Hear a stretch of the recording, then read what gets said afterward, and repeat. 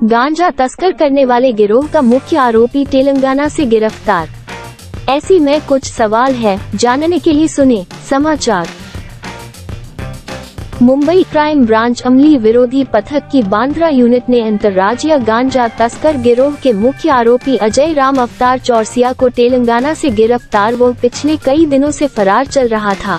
Crime branch अमली पदार्थ विरोधी पथक ने इसके पहले 2 लोगों को 9 अगस्त को भांडुपेरिया से गिरफ्तार करके 83 लाख का कीमत का 2 मारुति सुजुकी गाड़ी सहित 266 किलो गांजा जब्त किया था।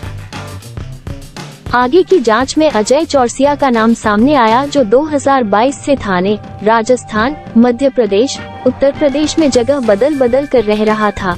तेलंगाना के सिकंदराबाद बोलाराम पुलिस ने अमली पदार्थ बेचने के जुर्म में गिरफ्तार किया था। कोर्ट से ऑर्डर लेकर उसे मुंबई लाया गया है। बाइट संजय चौहान, प्रभारी अमली पदार्थ विरोधी पथक।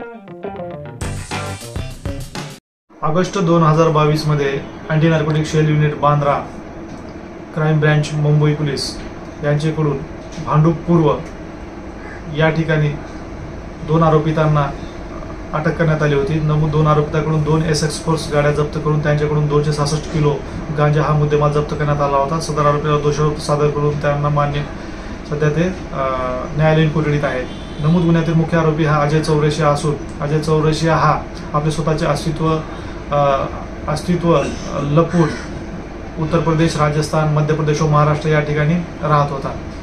नमूद आरोपिताला बोलाराम पोलीस ठाणे, तेलंगणा, हैदराबाद या ठिकाणी एनडीपीएस गुन्ह्यामध्ये अटक करण्यात आल्याची माहिती बांद्रा नार्कोटिक सेलला प्राप्त झाली।